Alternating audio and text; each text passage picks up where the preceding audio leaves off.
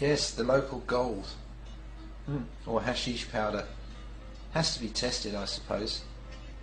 And one of the most popular tests for these people was with a lighter. And they do this simply by putting a flame on the hash, running it over the hash, and showing you how it would bubble and not burn with a black smoke, burn clean. So I'm very keen to show you this.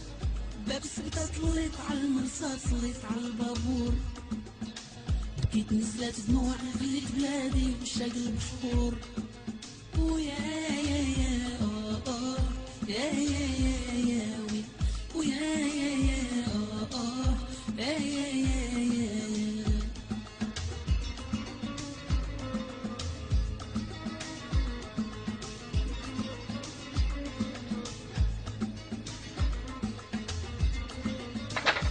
This is the end product after bashing it up in there, and they'll take this over to another shed where they'll pack it into plastic and press it, ready to ship it out somewhere.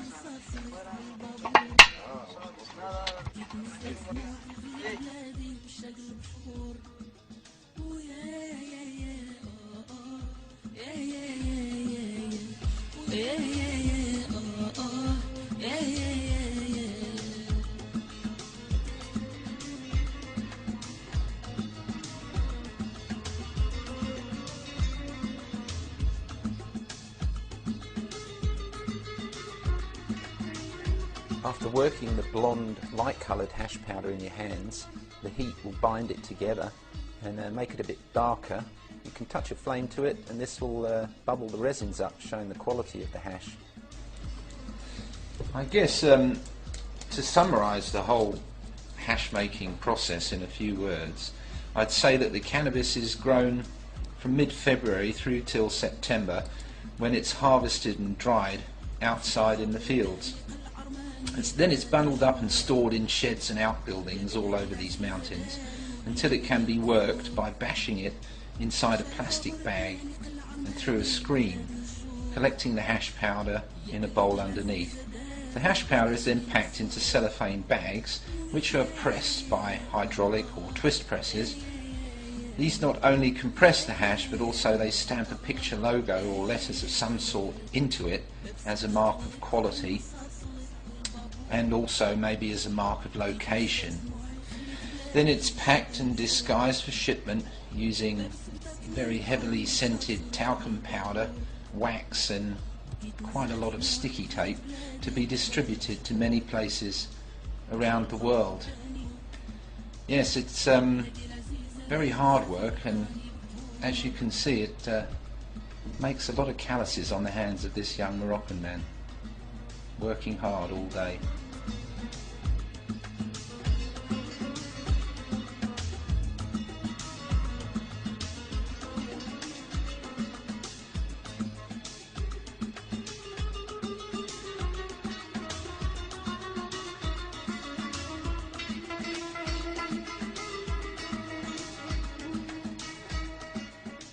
Oh yes, these guys had to weigh up these bags to make sure they had only 100 grams inside, and of course they didn't have a digital scale or anything like that. They had this old blue thing, looks like it's about 40 or 50 years old.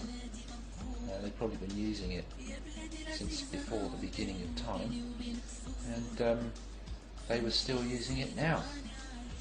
And they sat around here talking and stuffing these bags full of the hash powder. And then of course they had to be punctured in some way or another, so this guy would stick them with a knife just so as there wouldn't be a mess when they went into the hash press and exploded. Obviously with a few holes in the polythene they wouldn't do that. So fold it up like this, get a nice crease along it, take some sellotape, stick it down, ready to press.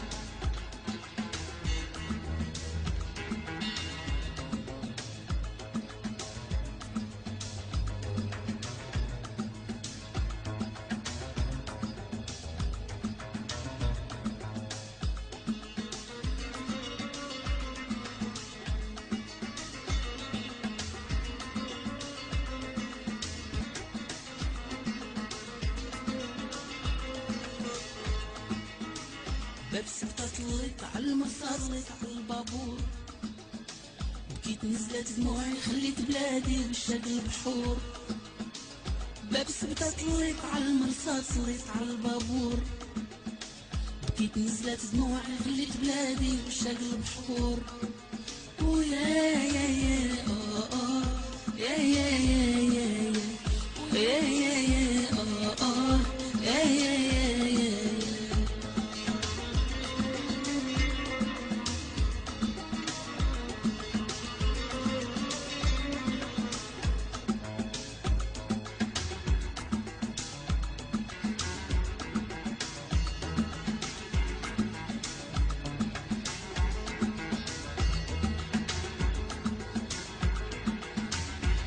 They told me that they could make around 200 kilos of pressed hashish in this little shed in one day, with about 6 guys helping out.